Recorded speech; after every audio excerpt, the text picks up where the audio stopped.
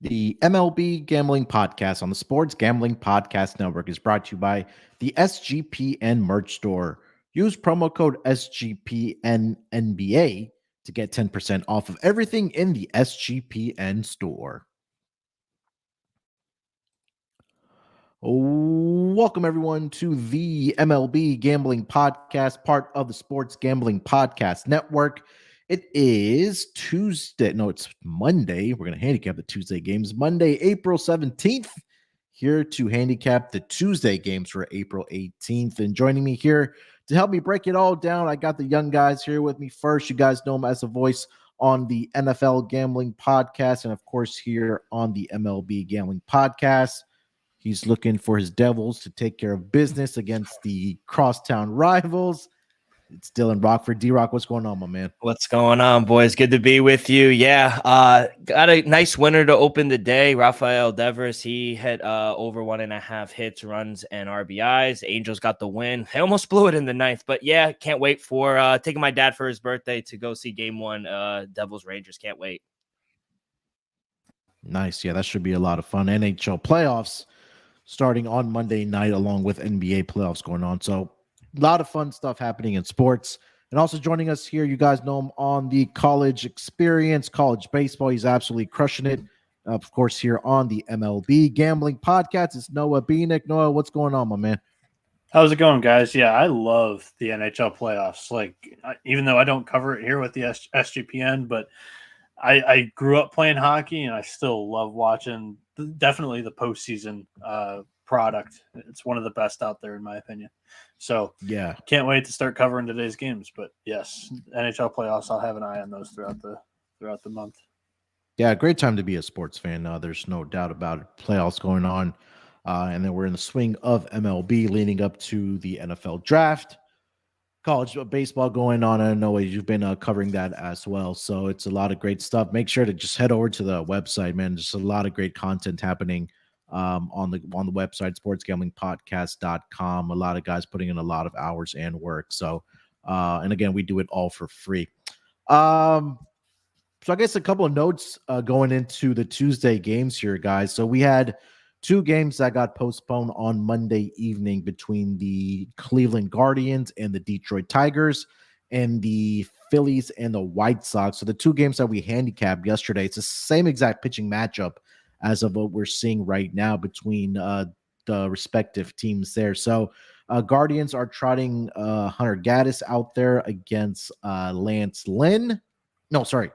Hunter Gaddis versus Erod. Got the two different games. And then the second game, the Phillies and the White Sox, it's Zach Wheeler versus Lance Lynn. So we covered those games yesterday. For those two games, just go back to the pod from yesterday, check those out. But we will cover the two games, the second games of the doubleheaders happening for those two games, respectively, on today's pod. So, gentlemen, let's just dive right into it. The first game on the board, it is going to be the second game of the doubleheader between the Cleveland Guardians and the Detroit Tigers. Let me see if they did put up lines for this game. I am currently seeing. So I don't see official lines. Do you guys see anything for? It was -125 plus 110 prior to the rainout. So, okay, assuming that it's the same pitching matchup, that should stay the same. We'll see though. Okay. So Noah, you want to take this one? Yeah, Cleveland comes into this game batting 30 OPS points, better against left-handed pitching than right. Jose Ramirez has good history against Erod, batting 385. Wait, shit, this is the Matt Boyd game that we're handicapping now, right? Okay, so all right, that's the first game. Jose Ramirez, 385, 5 for 13 with 2 tanks off of Erod. But Peyton Battenfield he held his own in his MLB debut against the Yankees. He went 4.2, 1 earned, 3 punch outs. I'm not going to be the one to call for a good offensive day from the Tigers, as they are 28th in WRC plus and 29th in OPS against right-handed pitching. But I think that it could be an okay play if it was around that plus 110 price. I think that if you want to bet this game, I would take the Guards on the discounted price with the rookie pitcher. And everything that I said earlier on with Cleveland batting better against lefties still stands because Boyd is a southpaw. Dylan, what do you got? Yeah, I kind of lean with the Tigers. So before they took the lines down, I was able to grab the plus 110. I don't know about Patton Field. He's starting, or they're treating it kind of like a bullpen. He's not really going too deep into games, but regardless, I think the Tigers are live here at home. Rodriguez, he is getting his first start at home. Maybe feed off the crowd a little bit, but I would lean with the Tigers. I can't take the Guardians right now. Battenfield pitched 4.2 in his first outing, and Cleveland has the 6th best bullpen in the MLB with 3.23 ERA.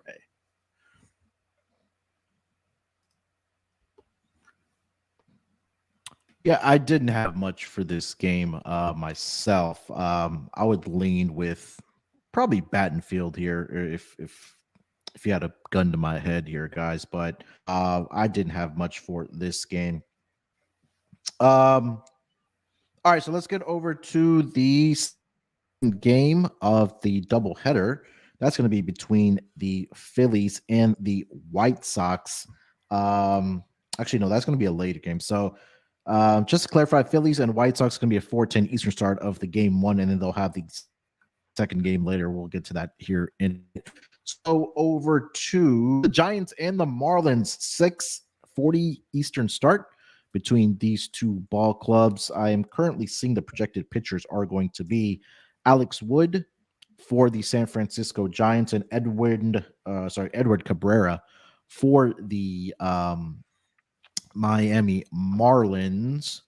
Looking at the lines for this game, I'm currently seeing the Giants are a -120 favorite, and the Marlins are a plus 100 even money underdog at home. Total sitting at 8, run line -1.5, plus 155 for the Giants, and plus 1.5, -180 for the Miami Marlins. D-Rock, take this one.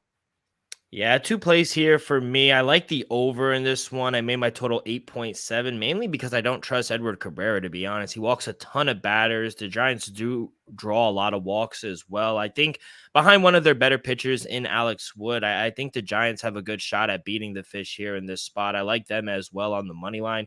I did make them a -120 favorite. I'd like to see him go a little further in games. I know he's only pitched 2 starts, but he has yet to pitch in the 5th inning, so I hope he could go a little deeper into this one. I think both clubs can contribute to this over. It's more on the Giants side, and that's why I also lean with them as well. I think they'll get more batters on bases as well. Better pitcher.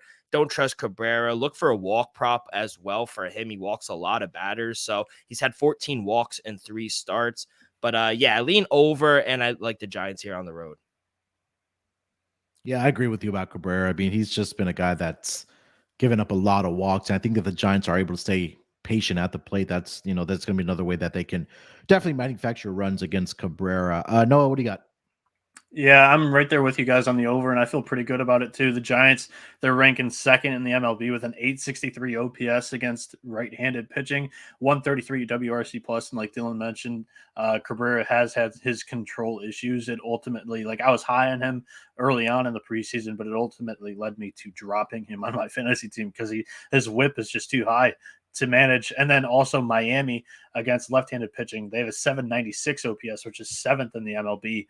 And for a Miami lineup that, isn't very great offensively overall to be crushing left-handers like they are, I think this over is definitely valid.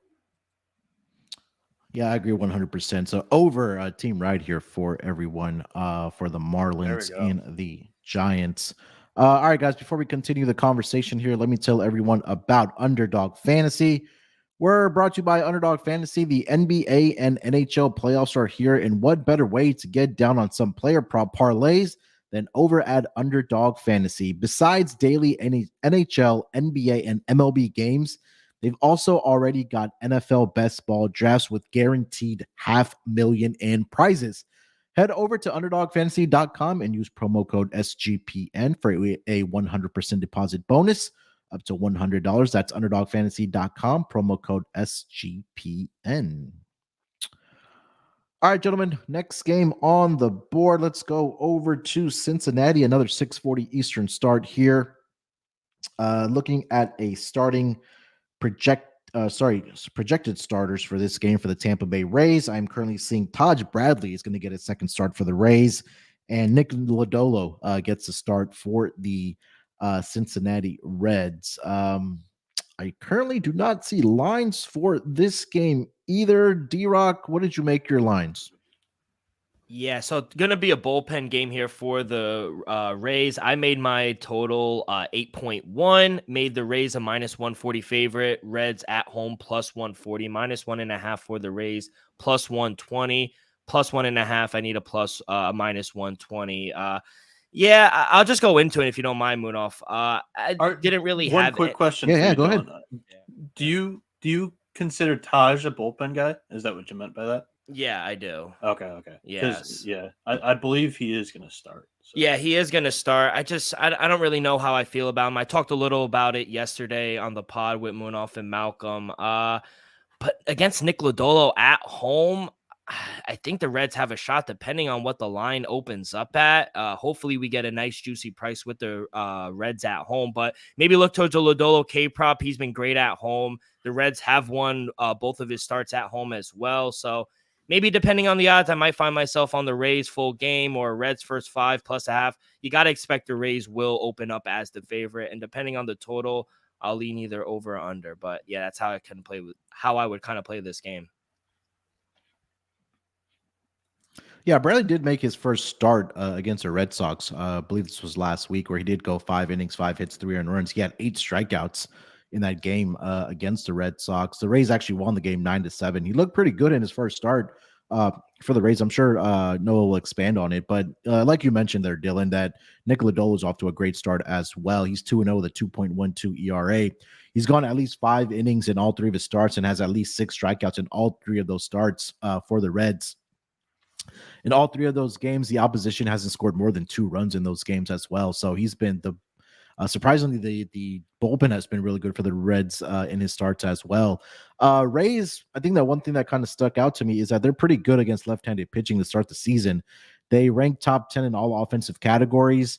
Last season, Lodolo did face the American League teams 4 times. He had a 1-2 record with a 5.40 ERA. Like you, Dylan mentioned there, that it depends on the number that comes out here, what the opening line says. I lean here with the Rays. I know they lost a couple games against the Blue Jays, but I think this might be a spot where maybe Nick Lodolo falls off a little bit and maybe comes down to earth a little bit. So this could be possibly a first 5 innings play for me on the Rays. It may be even full game here. So depending on the number, I'll lean with the Rays here. Noah, what do you got? Yeah, so like you guys mentioned, Taj, he's one of the top prospects in that Rays organization. They think very highly of him. And like you mentioned, he had a great start against Boston. And really his runs that went against him were led up by the bullpen that came in after him. And I think it was in the middle of the 5th inning. I think this is honestly one of the marquee matchups of the day. I think it's the second best one of Tuesday's slate. And we got to check the weather at the shoebox of Great America Ballpark. Temps in the low 60s, but the wind 10 mile an hour out and up to 15 mile an hour gusts blowing out to left field.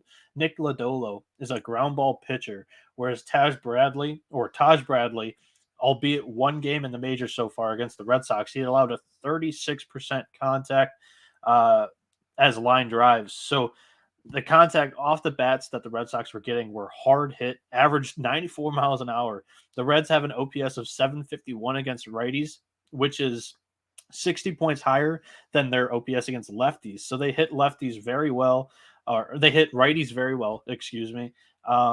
And they, the league average WRC plus of 98 also for the Reds. So maybe if you think that Lodolo is not going to have the greatest day inside his home ballpark, take the over here because both pitchers, I think, might get touched up quite a bit. But I favor Lodolo, assuming the Reds appear as a dog. This is one that I'll probably end up betting. The Reds money line. Yeah, I mean, look, depending on the price what this comes out at, it'll be interesting to see where it does come out, especially how well Nick Lodolo has pitched. All right, guys, let's get over to the next game of the night. It's going to be the Los Angeles Angels. They are visiting the Bronx. They're going to take on the New York Yankees. They were in a game earlier today against the Red Sox on Patriots Day in Boston, but there were several rain delays in that game. Fortunately, they were able to get that game completed.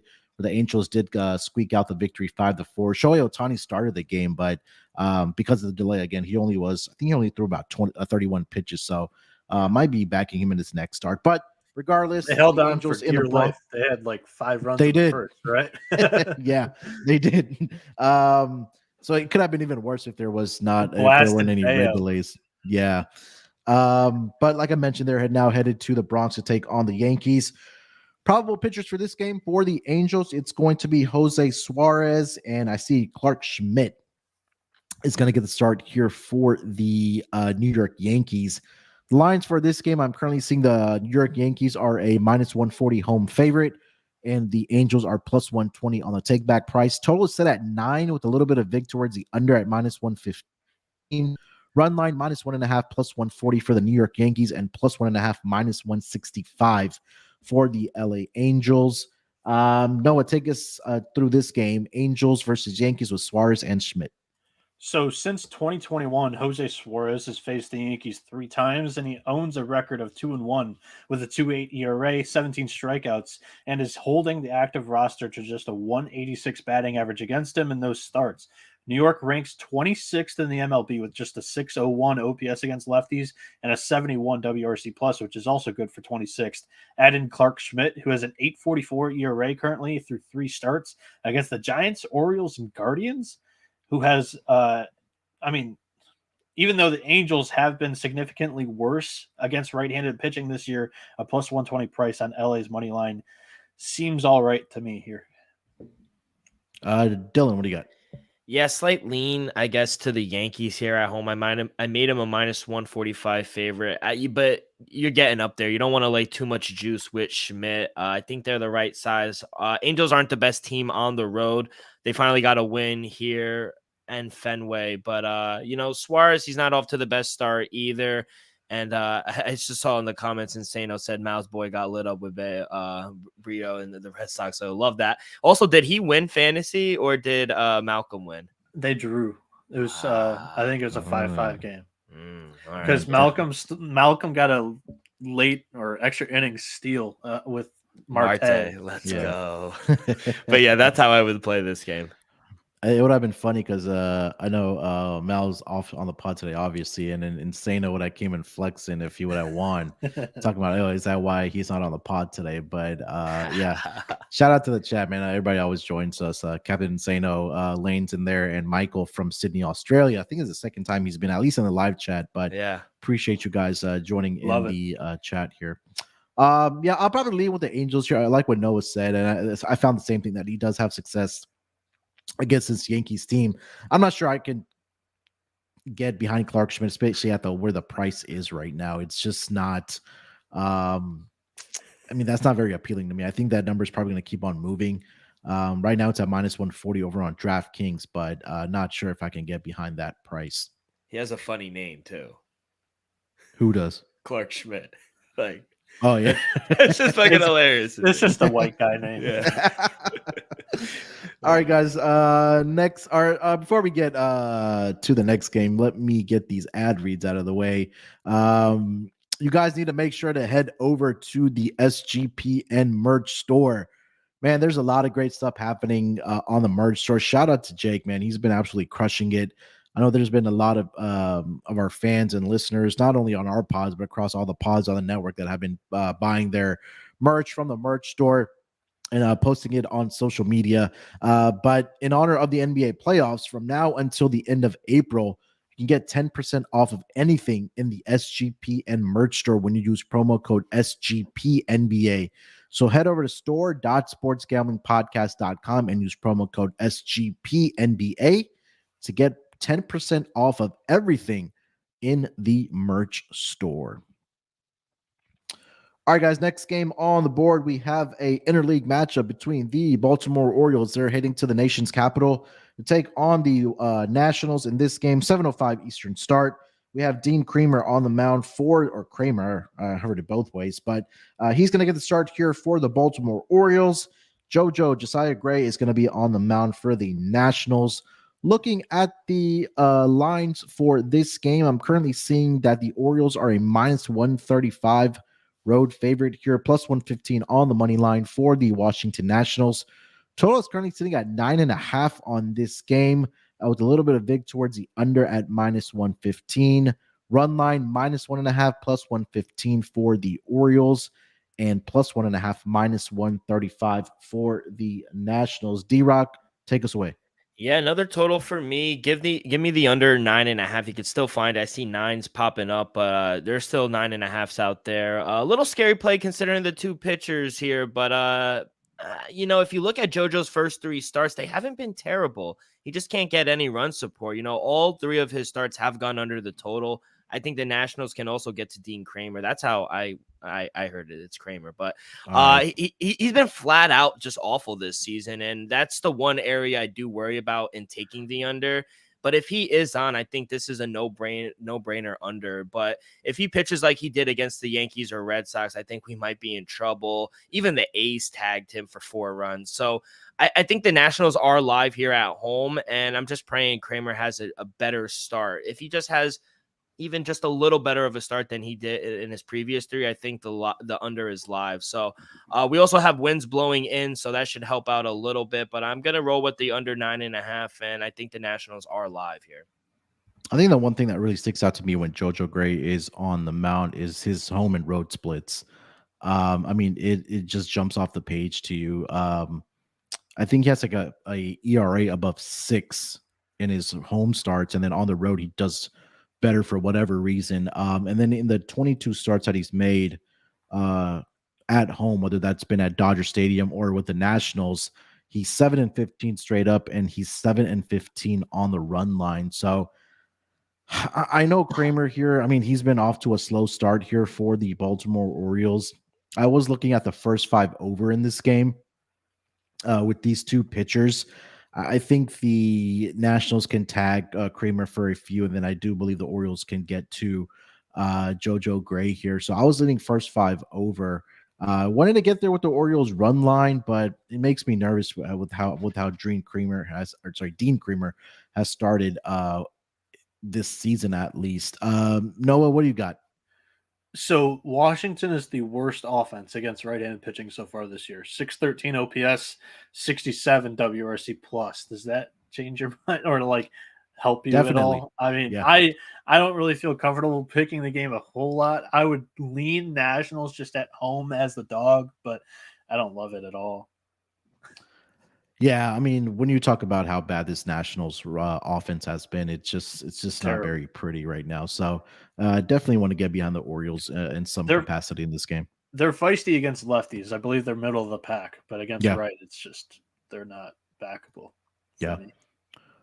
All right, next game on the board, gentlemen. It's going to be a 7:10 Eastern start between the second game of the doubleheader between the Philadelphia Phillies and the Chicago White Sox. Currently seeing the matchup for the second game of the doubleheader is going to be Bailey Falter for the Philadelphia Phillies, and then for the White Sox, it'll be Lucas Giolito getting the start for the White Sox.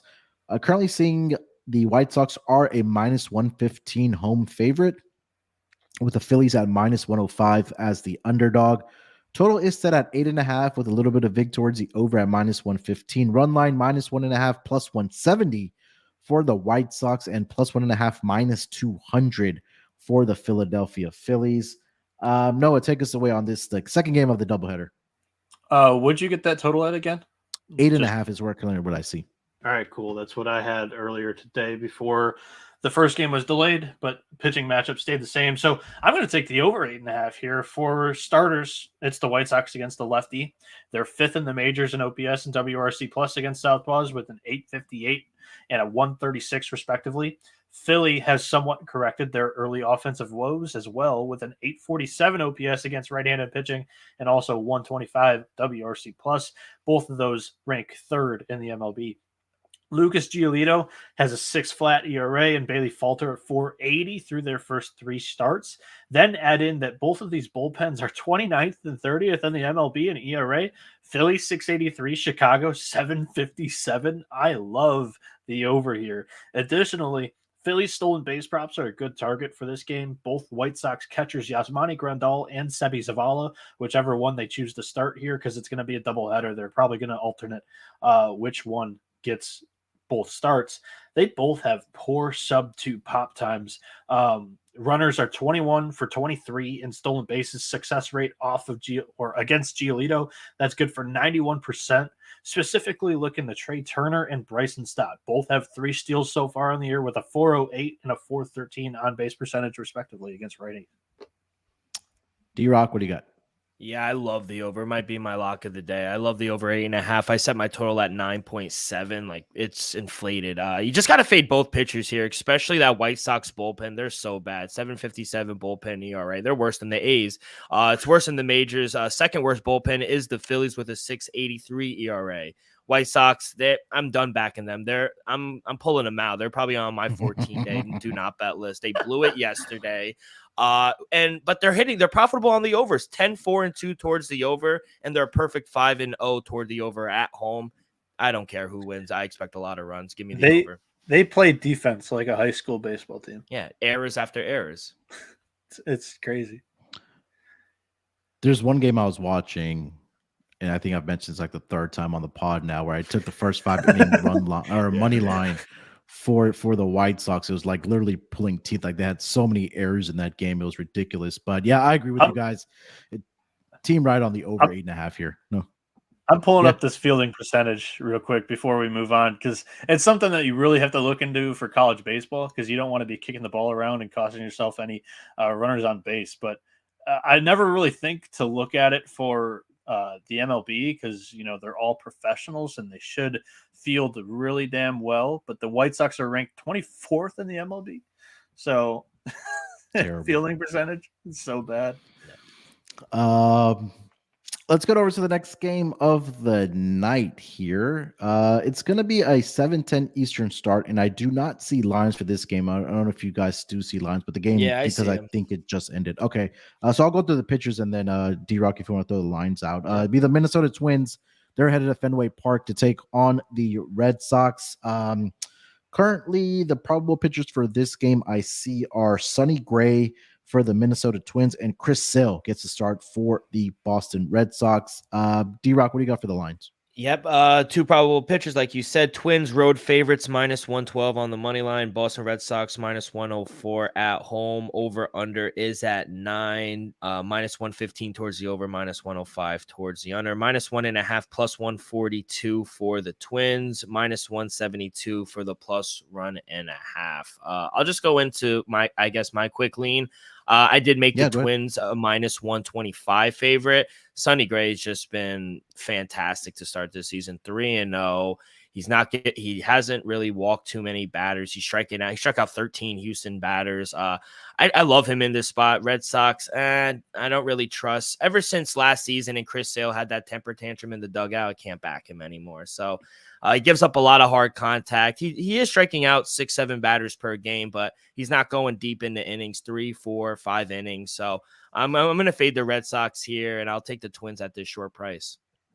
Yeah, I mean, what you said there, Dylan. Sonny Gray looks like, he doesn't look like it. He is off to like a Cy Young worthy start here to the season. 2-0 with a 0.53 ERA in 17 innings pitched. He's only allowed 1 earned run, 10 hits in the 17 innings that he has pitched. All 3 starts for Sonny Gray all 3 starts have combined final score of 5 runs or less. Gray has struggled against the Red Sox in his career, where he is 1-7 with a 6.80 ERA. But I'm not sure how much we can really take away from that right now, because that was all prior to the 2019 season. Again, it's a completely different lineup for this Red Sox team. You don't have those power bats as what they used to have when they made that championship run. But he did have one start last season against the Red Sox, where he only lasted 1 2/3 inning, allowed 7 hits and 2 earned runs in that game. Chris Sale this season has been the complete opposite of what Sonny Gray has started this season. He's 1-1 with an 11.25 ERA. He's allowed at least 3 earned runs in all 3 starts within the first 5 innings, and allowed 5 or more runs in 2 of the 3 starts this season. Sale doesn't really have any recent history against the Twins. The last start was in 2021, where he did go 5 1/3 and allowed 2 earned runs to the Twins. The Twins are struggling against left-handed pitching this season, where they are top 6 in K percentage, number 22 in batting average, and number 16 in slugging, and number 20 in WRC plus. But I'm not sure if I can really trust Chris Sale in the spot here. I think we'll learn a lot more about Chris Sale in this start. I'm going to go with the Twins here. I'm going to trust Sonny Gray's start here continues against the Red Sox here. So I'm going to go with the Twins money line here. Noah, what do you got? So as we know, Sonny Gray was with the Yankees for quite some time. I don't know if Munaf already mentioned it, but he's been rough against the Red Sox in his career. It's dating back far. He hasn't had many recent matchups against him. 1-7 with a 6.80 ERA, but I'm not going to take that too much into account. I do like the under, so I'm throwing that out the window. I'm throwing Sale's early start out the window. When you look at these two teams, Boston's below average OPS wise against right-handed pitching, 728. And then Minnesota, one of the worst in the league with a 684 against lefties. For me, the angle that I love most in this game actually is stolen bases against Sonny Gray. Runners are having a 95% success rate against him. They're 19 for 20 in stolen bases against Sonny Gray. Unfortunately, the Red Sox don't really run a ton, which means that their prices are actually inflated. I was looking at it today against Shohei Ohtani, and most of these guys are around plus 400, plus 450 to take a base. Yoshida has 2 on the season so far, but he's coming off a hamstring injury. He played today, I believe, but I do think that might be still hindering him. I would stay away from him for maybe a couple of days. My best thought was like a Christian Arroyo or a Kike Hernandez type guy. Just check and see if they're getting on base enough for you to be able to back that. But I like a stolen base prop against Sonny Gray here. Yeah. All right, let's get over to the next game of the night. It's going to be the Texas Rangers and the Kansas City Royals in Kansas City, 7:40 Eastern start. Seeing Nathan Eovaldi is going to be the starter for the Texas Rangers, and Brad Keller gets the start for the Kansas City Royals. Rangers minus 115 on the money line, minus 105 for the Kansas City Royals.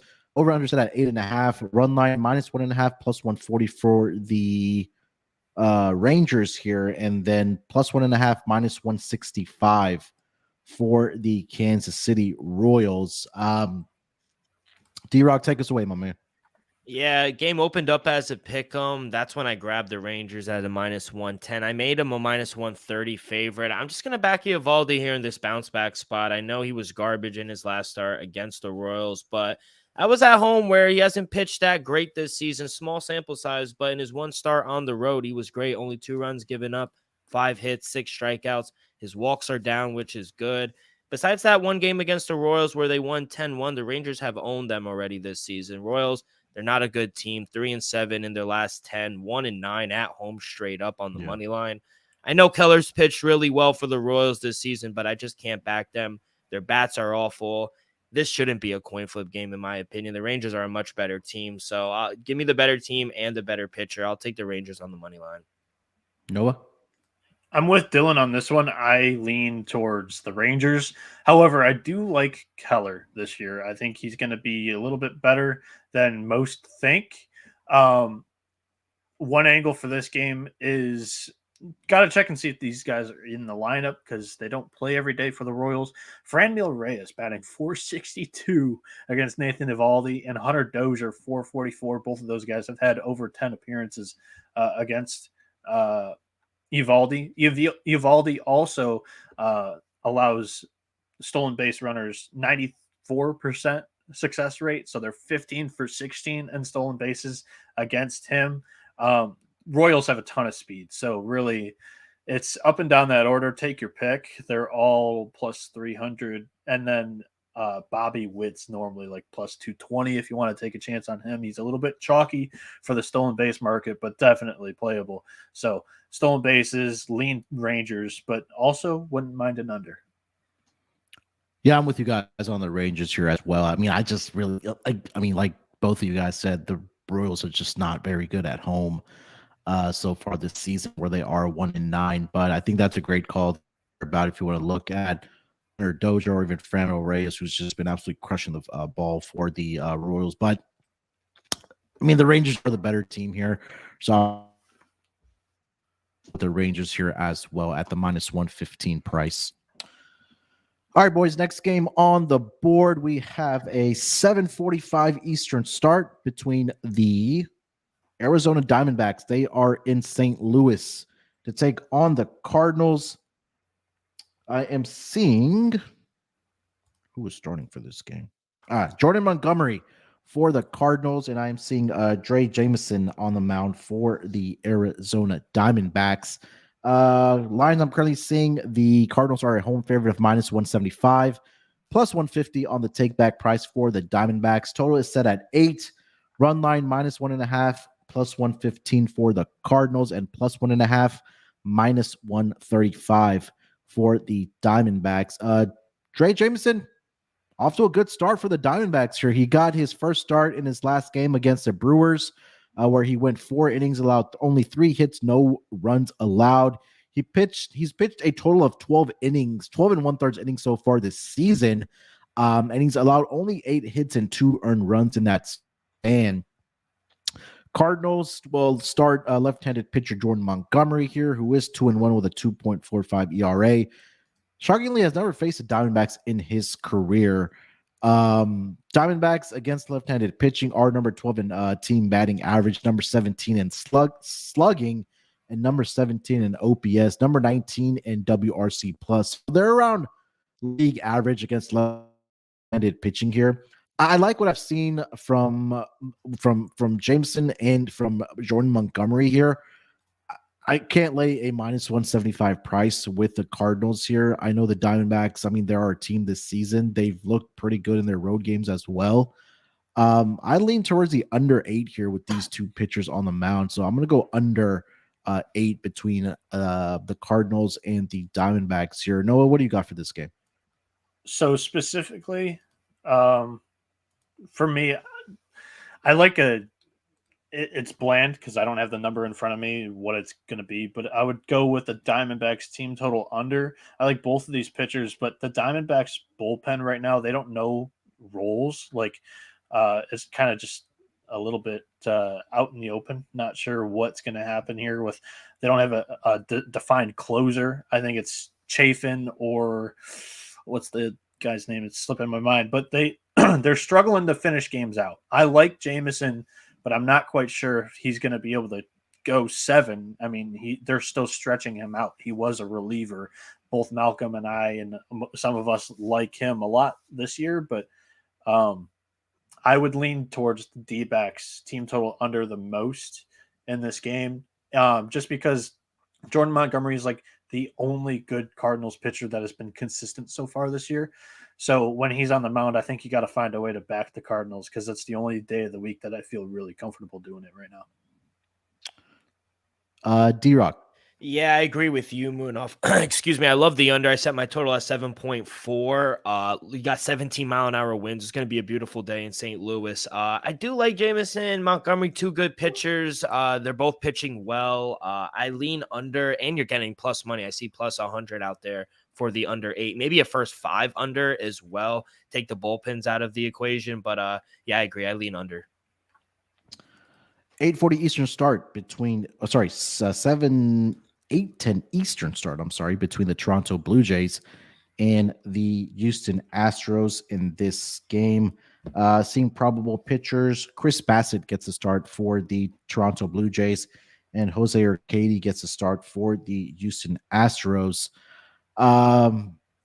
Looking at the lines for this game, I'm currently seeing it's minus 110 both ways for these two pitchers. Total is set at 9. Run line minus 1.5 plus 150 for the Blue Jays, plus 1.5 minus 175 for the Houston Astros. Noah, take us away. Jose Urquidy has started 4 games against the Blue Jays. He has a 5.73 ERA in those 4 games. Vladdy Jr., he's batting .487, 5 for 12, 2 placatas, and then George Springer is also hitting .400 with a Springer dinger off of Urquidy as well. So this Blue Jays lineup is dialed up right now. It's seeing the ball very well. They have a 792 OPS against right-handed pitching. That's 6th in the MLB, a 123 WRC plus. That's good for 4th. Houston a lowly 21st and 17th in both of those categories, respectively. Also, a bullpen that is struggling compared to their standards with a 3.95 ERA out the gate. Give me the Bluebirds on the money line, -110. D-Rock. Yeah, I got to go the other way. I like the Astros here. I made him a -120 favorite with Jose Urquidy on the mound. And I think he's getting better and better every start he makes. And I know you mentioned it yesterday, Munaf. The Astros are not playing the best baseball right now, but I think this was more of a fate of Chris Bassett. You know, he did have a good start in his last outing against the Tigers, but it's the Tigers and they still lost the game. So Bassett, he's been bad on the road, even dating back to when he was on the Mets last year. So I think this could be a bad spot for them. At a pick'em price, I'm going to take the Astros. I like the Chicago White Sox. The Astros have been a dead nut over team at home as well. I think they're 8-2 towards the over in their 10 home games prior to Monday night. But Chris 8-2, right? Yep. But Chris Bassett, he has struggled against the Astros. the Astros. His last two starts, he's given up, against the Astros. He's given up 9 earned runs in his last 2 starts against the Astros. So I think this might be another spot where he struggled here a little bit. I'm leaning towards the over 9. I think Urquidy can give up a few runs as well. I think it's, again, a total of 9 for a reason here. So I'm going to lean with the over. I agree with what D-Rock said that Urquidy's getting better with each start, because last year his role, he really didn't have a defined role in this pitching rotation for the Astros, and his name was really coming up in trade rumors or at the trade deadline last season. But now he's in this starting rotation, obviously with the departure of Justin Verlander. But I'm going to lean with the over 9 in this game. I think we do see some runs being put up by both of these squads here for the Tuesday night game. All right, guys, let's get over to the next game on the schedule. It's going to be a 8:40 Eastern start. We have the Pittsburgh Pirates. They are in Colorado to take on the Rockies. I'm currently seeing Vince Velasquez is going to get the start for the Pirates, and Jose Urena is going to get the start for the Colorado Rockies. -110 on each side here on the money line. Total is set at 12. Run line -1.5 +140 for the Pirates, and +1.5 -165 for the Colorado Rockies. D-Rock, take us away on this one. Yeah, give me the Pirates. I got them at the opening line at +105. I only made the Rockies a -102 favorite. This is a coin flip game for me, but I'm really just going to fade Jose Urena. Vince Velasquez, I think he's a better pitcher in my opinion, and he's pitched better on the road than at home this season. 2.53 ERA at home. Batters are only hitting 195 off of him, while Jose Urena, 8.53 ERA at home, 7 runs off 12 hits. Batters are hitting 3.53 off of him. I like to back the Rockies here at home, but Rockies 3-7, their last 10, including 5 straight losses. I don't trust them in this spot. We also got 16-mile-an-hour winds blowing out into center field. Should be a high-scoring game. I think both pitchers can give up a lot of runs. I set my total at 13, so I'm going to go here with the Buccos. I think they're the better team, so I'm going to take the Pirates. Yeah, I agree with you. Short and simple as well. I'm not putting my money on Jose Urena here. I mean, he's been atrocious. I'd like the first 5 team total over for the Pirates in this game when that number does come out, as well as I think Insano's also pointing it out that I think that Velasquez can give up a few himself as well. So I like the first 5 over, but I do like the Pirates side, and then the first 5 innings team total for the Pirates as well. Noah, what do you got? So I'm right there with you guys. Urena is an easy fade inside Coors. He's a sinker baller that doesn't really work too much. Velasquez repertoire shouldn't really get affected too much. There's not a whole lot of vertical movement in his pitches, especially the fastball that he throws 47% of the time, and then he's a slider guy. So I don't know if that's the new sweeper that's just taking over the MLB, but that's more lateral than vertical. So Velasquez is definitely the pitcher to back if you're trying to decide between these 2 starting pitchers that aren't really household names. So I'm right there with you guys. I'm on the Pirates and maybe first 5 over like you guys mentioned. Yeah. Seems like we'll see some runs being put up in this game between the Pirates and the Rockies with these 2 pitchers All right, guys, 4 games left on the board here. Let's get over to the next matchup. 9:40 Eastern start between the Chicago Cubbies and the Oakland Athletics. Marcus Stroman gets a start for the Chicago Cubs in this game, and Ken Waldichuk gets the start for the Oakland A's in this matchup. Saying the Cubs are a minus 170 favorite on the road here, plus 145 on the money line for the Oakland A's.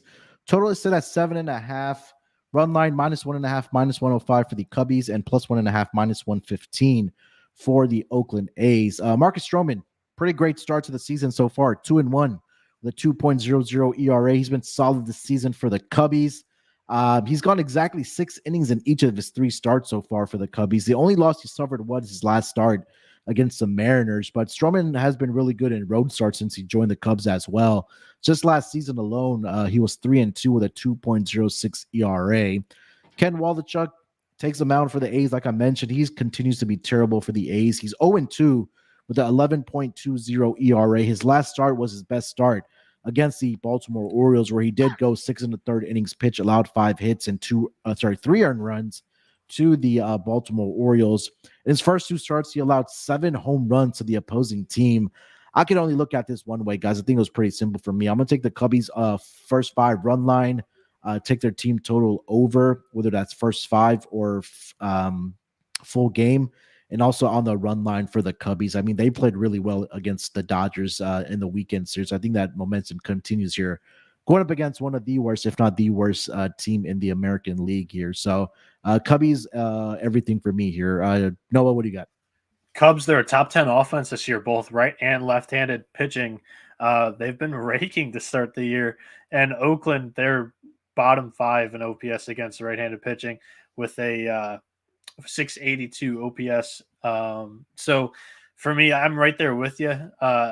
Big time, I guess I'm in on Stroman again. Which is very weird to say right now, but I mean, he's been dealing to open the year. So right there, I'm going to back Stroman. First 5, I like your angle with the money, the run line there with the Cubs, but I would feel just as good with the full game because this Oakland bullpen has a 5.88 ERA, which is 27th in the MLB. D-Rock.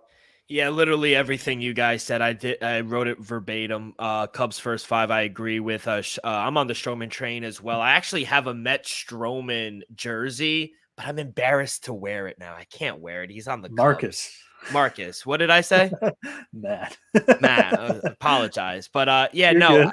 Cubs first 5. I made him a minus 190 favorite, but I can't tell you guys to lay that juice. I actually just saw first 5s open up on one of my books, minus 110 for the Cubs. I would jump on that now. I think that's amazing. Wow. Price for the Cubs, especially against the A's, who I think they're a minor league team, to be honest. No disrespect, but maybe look towards Stroman walk prop as well. 2 or more walks in each of his 3 starts.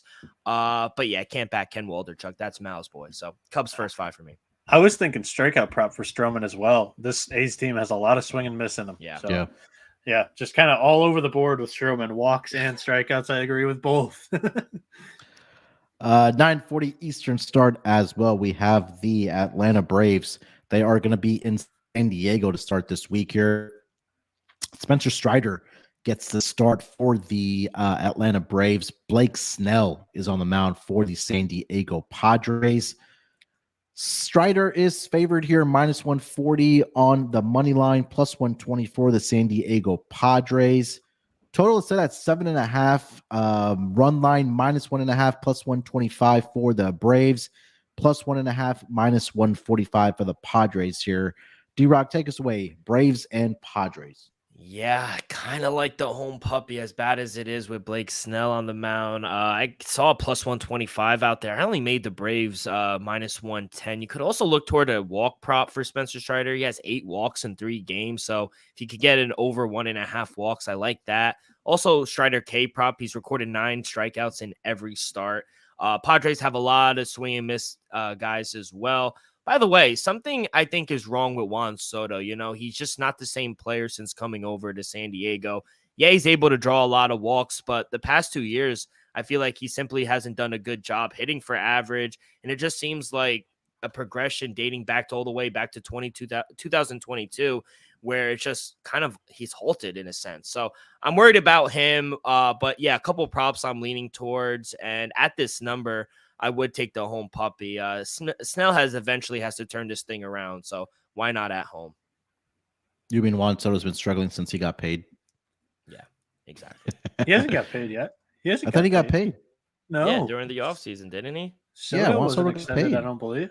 No, I don't think so. I don't Okay, think I'll look it Soto's up. been paid. But no, we got. So okay. for me, I know Manny got paid. whoa, Wi-Fi something. I don't know. I don't know. I'm going the other way. I like the Braves on the run line here with Strider on the mound. I'm seeing that plus 125 at DK and FanDuel right now as we speak. The Padres against right-handed pitching, they only have a 716 OPS. And we're talking about Spencer Strider, who's one of the best pitchers in the game right now. Atlanta has the third best OPS, fourth best WRC plus in the league against left-handed pitching. And also, I favor them to run like hell on Snell. I did not mean to rhyme that, but it actually came off pretty good off my tongue. The runners are 30 for 37 stealing bases off of Blake Snell. So particularly Vaughn Grissom looking to make some noise after he got the call up, could steal a bag here. Ronald Acuna has been one of my favorites to back early on this season. Both those guys you'll see plus 220, plus 250. So that's where I'm going to be at for this game. Yeah, I agree about the Braves here. I mean, it jumped off to me as off the page was how well they're batting against left-handed pitching. I cannot back Blake Snell here, man. He walks more and more guys every single start, like Captain Sino was mentioning there as well. So he got Braves paid for me, 1 year, $23 million. Yeah, Soto got extended 1 year. Yeah, they don't trust him either. Yeah, I thought he got extended for more, but it was Bogarts and then it was Manny Machado that got paid, right? Everyone's getting paid. Yeah, everybody's gotten printing paid. Money. Yeah, it's technically still contract year for Soto, right? Yeah. That's what I mean, Lewis. Your dog agrees with me, though. No, the dog agrees with me. Plus 125 on the run. All right, boys, get your pens out. We got to pay a tribute to Malcolm here. The pen ultimate game. It's going to be between the Milwaukee Brewers and the Seattle Mariners. 9:40 Eastern start. Colin Ray gets to start for the Milwaukee Brewers, and Logan Gilbert gets to start here for the Seattle Mariners. Seeing lines right now of plus 140 for the Brewers and a minus 165 favorite for the Mariners. Total set at 8. Run line minus 1.5, plus 125 for the Mariners, and plus 1.5, minus 145 for the Brewers. Noah closes out with the penultimate game between the Brewers and the Mariners. Yeah, so oh boy. this one's my sleeper team going up against the whole world's sleeper team, which in turn I think means they're not getting slept on at all. One of my big statements this year was that Logan Gilbert would have a sophomore slump year. He's looked great out the gate. He's faced Cleveland twice, though, and they're 24th in the MLB in OPS against right-handed pitching. Now Gilbert will face the Brew Crew, who's 5th with a 794 OPS. Seattle only 696 OPS against right-handed pitching, and it's a 638 at home. Which Blake Meyer, he came onto our pod last week and he told us that it's a very pitcher-friendly park, one of the best pitcher parks in the league.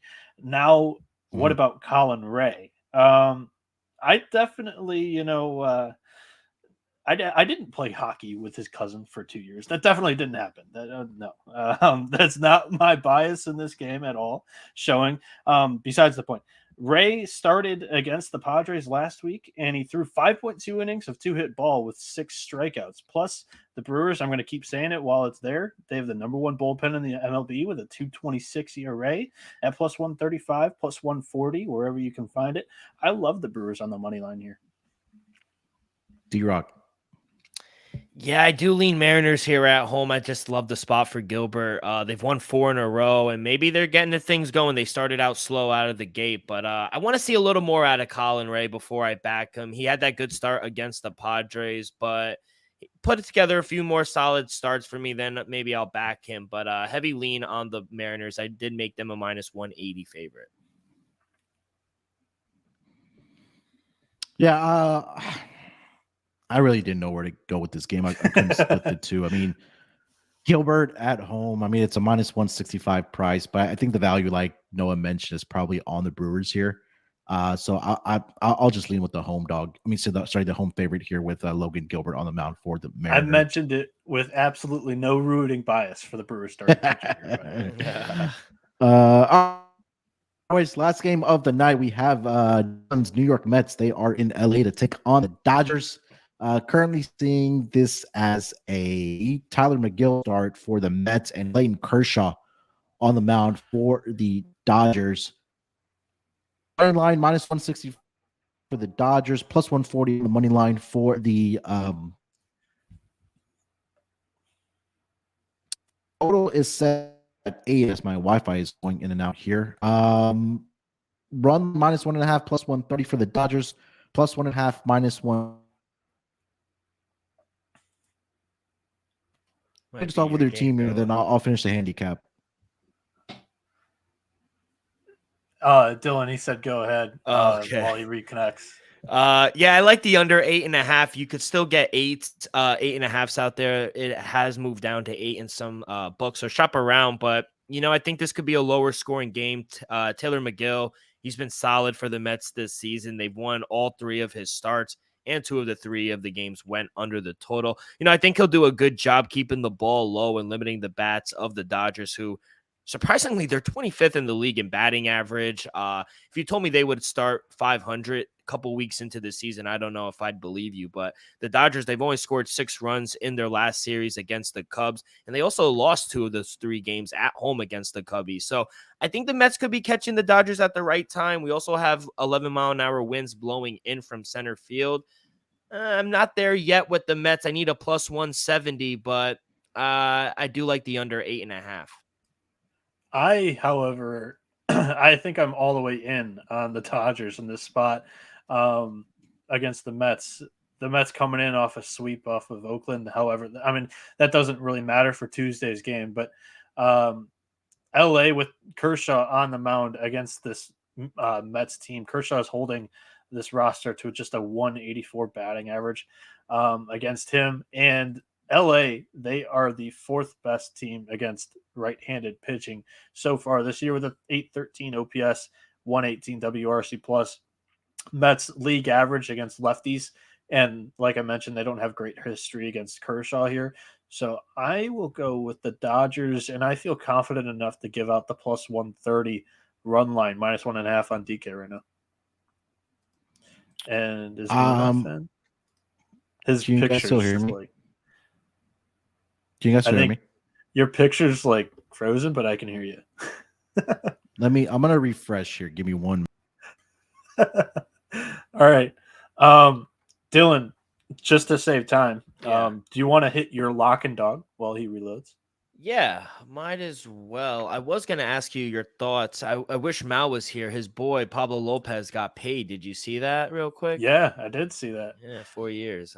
Lopez, he started both season off pretty damn hot.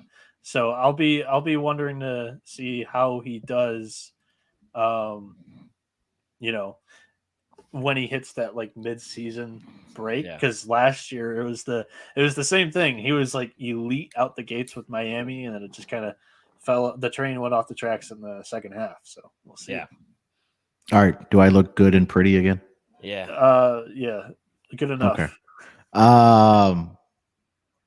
Yeah, I like the Dodgers. I like the under in the game. It was actually crazy to see that Kershaw is 10-0 in his career against the Mets. That really jumped off the page there.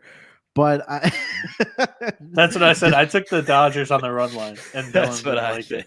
Yeah, I think this might be a game. And you guys mentioned it when you were talking about the handicap. That I think Dylan mentioned this, that the Dodgers have really struggled putting up runs, especially against the Cubbies. So I think this might be a lower scoring game, maybe like a 3-1, 4-2 type of final. I'm gonna go with the under in this game here to cap off the Tuesday night games, boys. J Mark in the house, checking in. What's going on, J Mark? And all right, so last game, 1 order of business left here, gentlemen. Got to get into our picks, our lock and dog. Noah, lead us off. All right. So for my lock, I am going with the Philly White Sox over 8.5. They're the two worst bullpens in the MLB. Both offenses rake against the handed pitcher that they are facing today. White Sox fifth in the majors in OPS and WRC plus against lefties. Philly third in the MLB in OPS and WRC plus against righties. And for my dog, I am going to go with the LA Angels with Jose Suarez on the mound. He's faced the Yankees 3 times. He's got a 2-1 record, 2.80 ERA, 17 strikeouts. I think that they have a fighting chance here against Clark Schmidt. So I'll go with the LA Angels there. All right, D-Rock. We'll double lock the over. I alluded to it earlier. Everything that he mentioned, top 2 worst bullpens in the league. White Sox, they're 5-0 towards the over at home, 10-4 overall towards the over. So love the over there, 8.5 in Phillies White Sox. As my dog, I did like the Buccos, but now they're a slight favorite. I really want to see what the Reds open up as because I kind of like them at home, but man, this one stinks. Give me Blake Snell and the Padres to upset the Braves. That one stinks. Jesus. I can't even say it. It's awful. Oh, since you're not so confident that was going to be my dog of the day was a Braves run line. So I'm going opposite of you here, Dylan. I just can't do it, man. You cannot put money behind Blake Snell right now. He's been bad. I know Noah mentioned the numbers as well for the Atlanta Braves against left-handed pitching. So that was jumping off of the page. So I'm going to go Braves run line -1.5 plus 125 as my dog. For my lock, if it's not broken, let's not try to fix it. Chicago Cubs run line -1.5, -105 against the Oakland A's.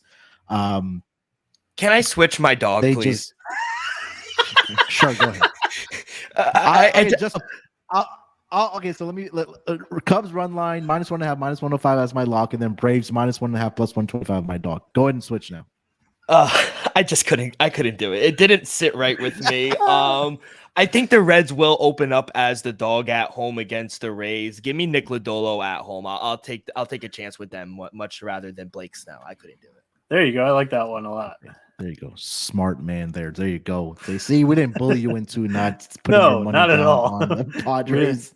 we didn't laugh. We didn't stick our tongue out and disgust. We didn't gag or anything like that.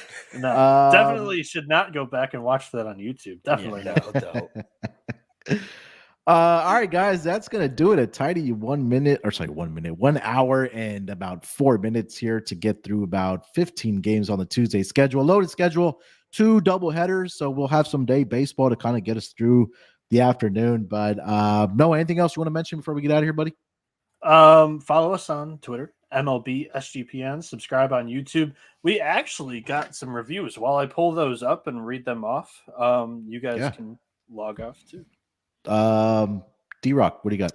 Yeah, best time of the year. You guys better go get your screens and TVs. You got NFL, NBA playoffs, NHL playoffs. You got baseball every day. So, going to be locked and loaded and going to spend a lot of nights at home watching all these sports. But, good luck, everyone. And, like Noah said, comment, rate, review, all that good stuff.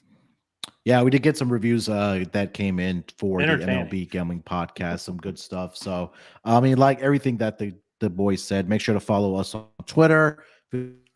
Already subscribe to the MLB YouTube channel, MLB Gambling Podcast YouTube channel. Do yourself a favor and do that. Shout out to everybody in the chat, man. You guys are absolutely incredible. Make the show go by. But Noah, close out. Read those reviews. All right, so we've got a couple. First one from Nike B-Ball 836. And in quotes, it's a 5-star review. The accent, great baseball insight. Appreciate you guys. So we appreciate that, Nike B-Ball. Also from Steve Oley, he comments, great show with 5 stars. Great handicapping by the whole crew. And I give it a 6-star review to make up for the 4 stars that Malcolm's accent received. Malcolm is the man and makes the show. And then also another 5-star, appreciate the work from Love Keisha. I enjoy the bloke with the English accent. Keep up the good work, fellas. There we go. Love it. There you go. All right, guys, if you haven't already left us a rating and review, like the guys mentioned, go ahead and do so. We'll read them out on the pods. But that's going to do it. We'll be back tomorrow in some form or fashion. Till then, good luck with your picks. Let's break these books off and let it ride.